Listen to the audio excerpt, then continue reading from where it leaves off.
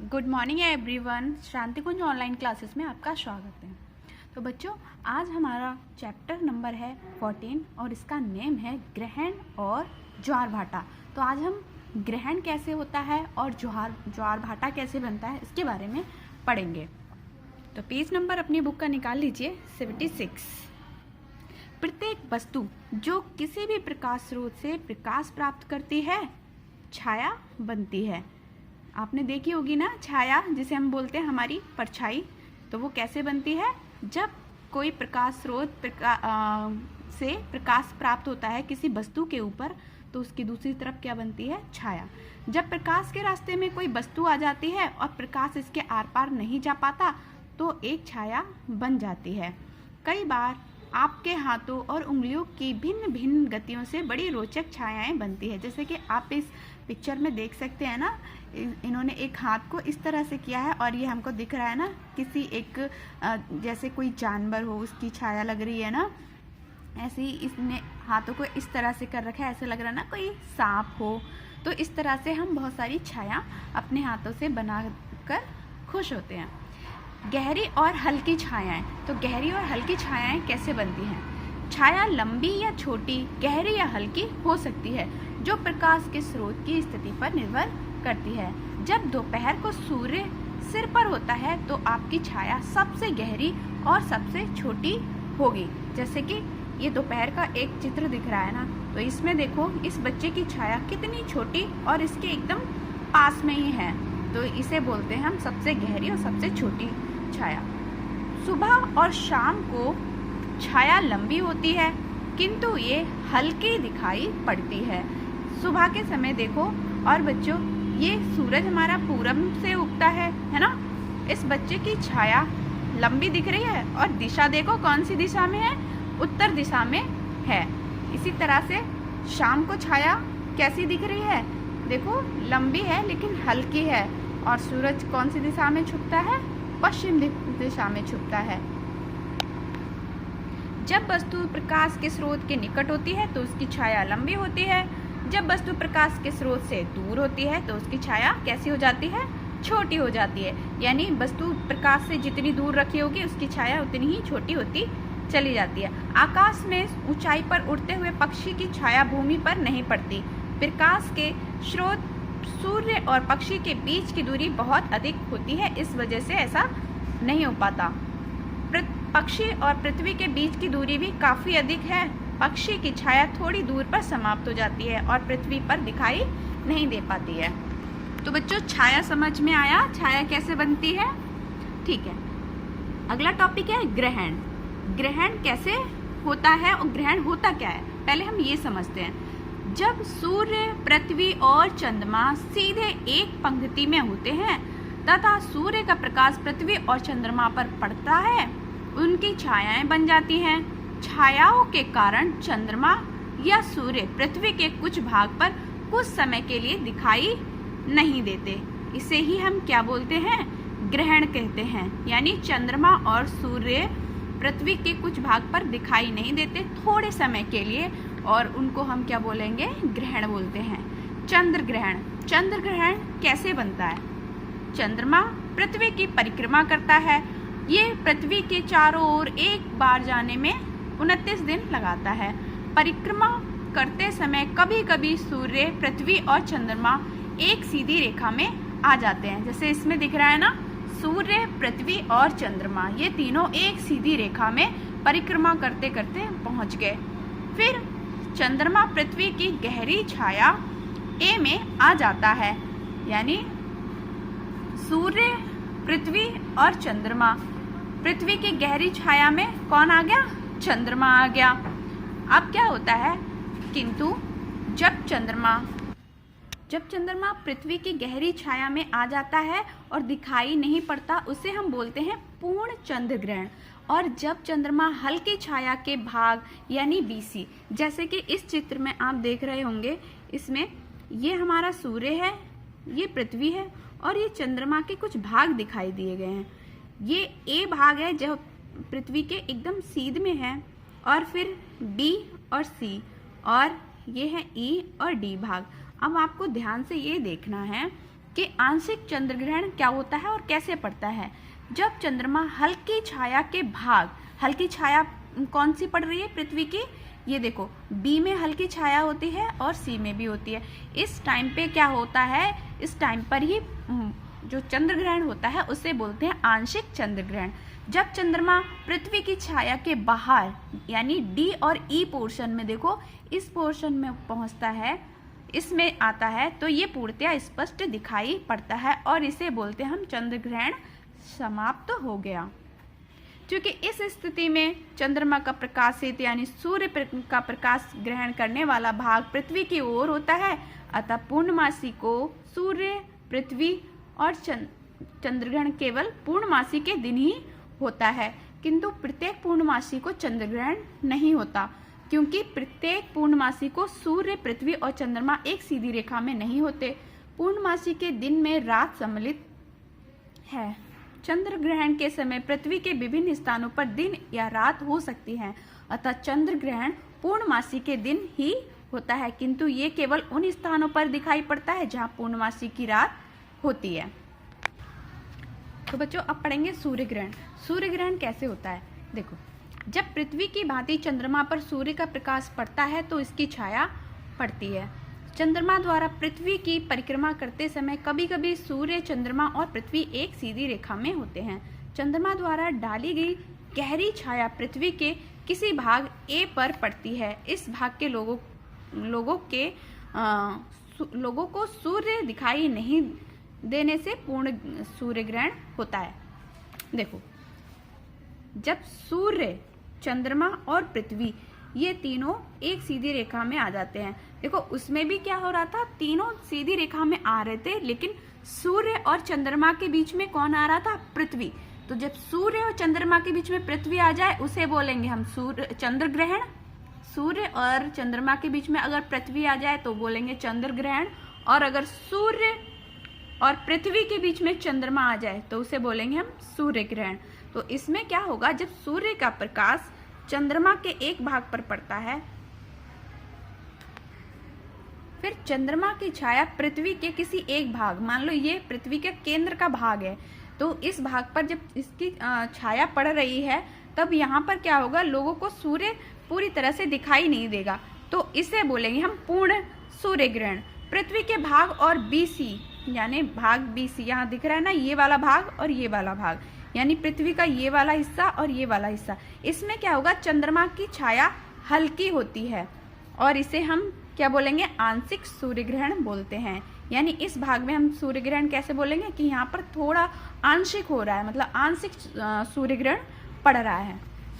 क्योंकि इस स्थिति में चंद्रमा का प्रकाशित यानी सूर्य प्रकाश ग्रहण करने वाला भाग पृथ्वी की ओर नहीं होता, अतः सूर्य ग्रहण केवल अमावस्या के दिन ही पड़ता है, किंतु प्रत्येक अमावस्या को सूर्य ग्रहण नहीं होता। जैसे प्रत्येक पूर्णमासी को चंद्र ग्रहण नहीं होता, ऐसे ही प्रत्येक अमावस्या को भी सूर्य ग्रहण नहीं होता, क्योंकि सूर्य, चंद्रमा और पृथ्वी प्रत्येक अमावस्या को एक सीधी रेखा में नहीं होते। आपको ग्रहण के समय सूर्य की ओर आंखों से सीधे नहीं देखना चाहिए। सब लोग मना करते हैं ना हमारे घरों में, ऐसा क्यों, क्योंकि हमारी आंखों को बहुत ही ज़्यादा हानि पहुंचती है, ये हमारी आंखों के लिए अच्छा नहीं होता है। ग्रहण देखने के लिए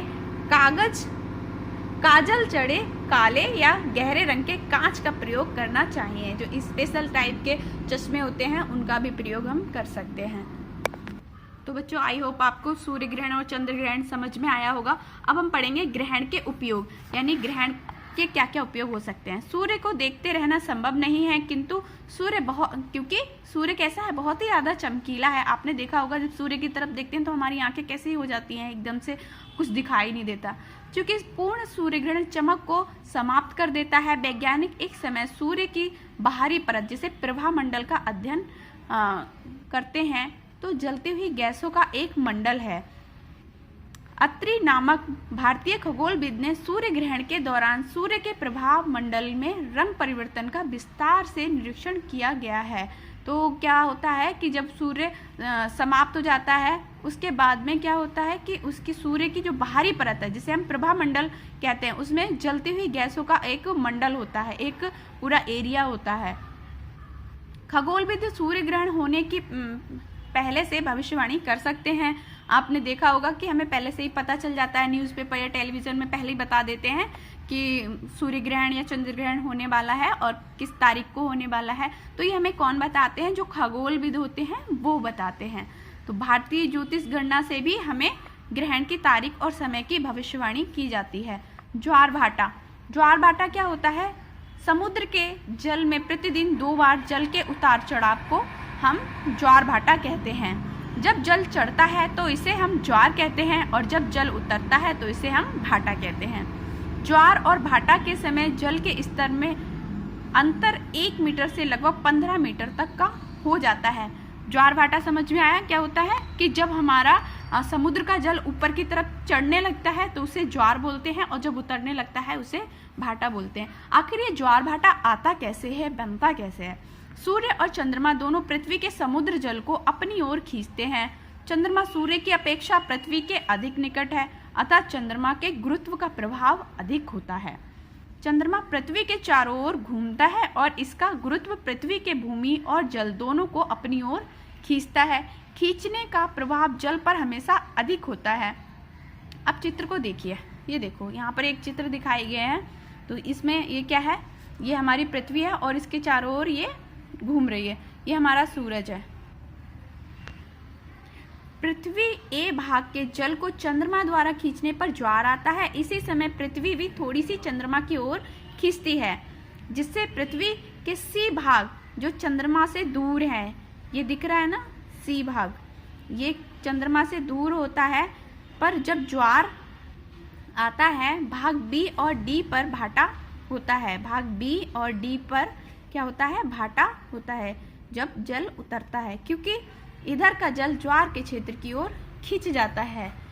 चूँकि पृथ्वी अपने अक्ष पर घूमती रहती है, प्रत्येक स्थान पर 24 घंटे में 2 बार ज्वार और भाटा आता है।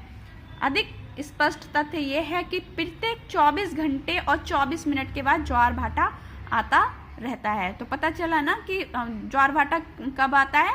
तो ज्वार भाटा दिन में 24 घंटे में 2 बार आता है। फिर है दीर्घ ज्वार और लघु ज्वार। पूर्णमासी और अमावस्या के दिन सबसे ऊंचा ज्वार, जिसे हम दीर्घ ज्वार कहते हैं। इन दिनों सूर्य, चंद्रमा और पृथ्वी तीनों एक सीधी रेखा में होते हैं, अतः सूर्य का गुरुत्व भी चंद्रमा के गुरुत्व के साथ मिलकर खींचता है, जैसा कि ए और सी स्थितियों में दिखाया गया है।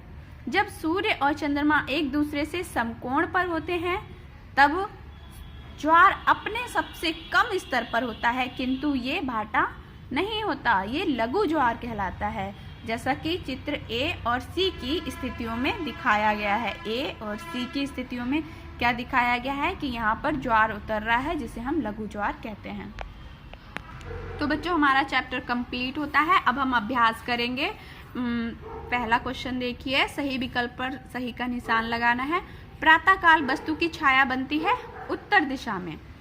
सूर्य और पृथ्वी के बीच चंद्रमा के आ जाने पर क्या बनता है? सूर्य ग्रहण। जिस पदार्थ की छाया नहीं बनती वो कौन सा होगा? पारदर्शी। रिक्त स्थानों की पूर्ति।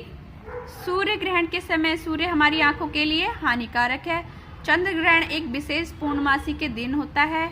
लगभग 12 घंटे और 24 मिनट के बाद ज्वार आता रहता है। पृथ्वी की डैश, इसे बच्चों खुद से आपको सर्च करना है, एक होमवर्क ये भी है आपका। सूर्य ग्रहण केवल अमावस्या को होता है। फिर है सही गलत का निशान लगाना है। जब सूर्य दोपहर में सिर के ठीक ऊपर होता है तो आपकी छाया लंबी हो जाती है? नहीं, कैसी होती है? गहरी और छोटी। तो सूर्य के प्रकाश से जब कोई वस्तु दूर होती है तो इसकी छाया छोटी हो जाती है। सही। सूर्य की बाहरी परत प्रभा मंडल केवल सूर्य ग्रहण के समय ही दिखाई देती है। सही। सूर्य की छाया पृथ्वी पर पड़ने के कारण सूर्य ग्रहण होता है? नहीं। गलत। जब समुद्र का जल स्तर बढ़ता है तो इसे हम भाटा कहते हैं? नहीं, ज्वार कहते हैं। निम्नलिखित प्रश्नों के उत्तर दीजिए। तो बच्चों, ये भी आपको होमवर्क में करना है, ये भी करने हैं और इसे भी कंप्लीट करना है। अब ये देखो, आपको प्रश्नों के उत्तर देने हैं। छाया कैसे बनती है? तो इसका आंसर आप यहाँ तक कंप्लीट करेंगे। ये प्रत्येक वस्तु जो किसी भी प्रकाश स्रोत से प्रकाश प्राप्त करती है, छाया बनती है, से लेकर यहाँ तक आर पार नहीं जा सकती। तो एक छाया बन जाती है। यहाँ तक कंप्लीट करेंगे आप क्वेश्चन नंबर 1 का आंसर। क्वेश्चन नंबर 2 का आंसर आप यहाँ से लिखेंगे, जब दोपहर को सूर्य सिर पर होता है तो आपकी छाया सबसे गहरी और सबसे छोटी होगी। फिर क्वेश्चन नंबर 3 देखिए, आकाश में बहुत ऊंचे उड़ने वाले पक्षियों की छाया पृथ्वी पर क्यों नहीं पड़ती। क्वेश्चन नंबर 3 का आंसर आप यहाँ से लिखेंगे, प्रकाश के स्रोत सूर्य और पक्षी के बीच की दूरी बहुत अधिक है और पक्षी और पृथ्वी के बीच की दूरी भी काफ़ी अधिक है। पक्षी की छाया थोड़ी दूर पर समाप्त हो जाती है और पृथ्वी पर दिखाई नहीं देती। क्वेश्चन नंबर 4, सूर्य ग्रहण किस प्रकार होता है।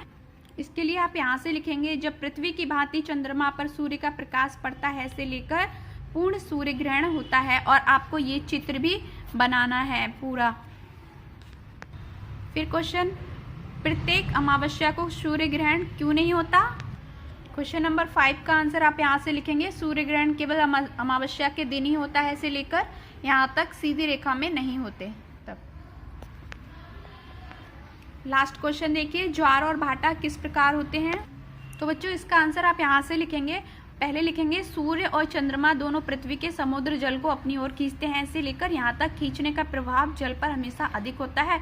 और उसके बाद में आप ये भी कंप्लीट यहाँ से भी लिखेंगे, जब जल, अगली लाइन से लिखेंगे, जब जल चढ़ता है तो इसे ज्वार कहते हैं और जब जल उतरता है तो इसे भाटा कहते हैं। तो पहले आपको यहाँ से यहाँ तक लिखना है और फिर आपको यहाँ से यहाँ तक लिखना है। अच्छे से नीट एंड क्लीन वर्क कीजिए और याद कीजिए। नेक्स्ट क्लास में फिर से मिलते हैं, तब तक के लिए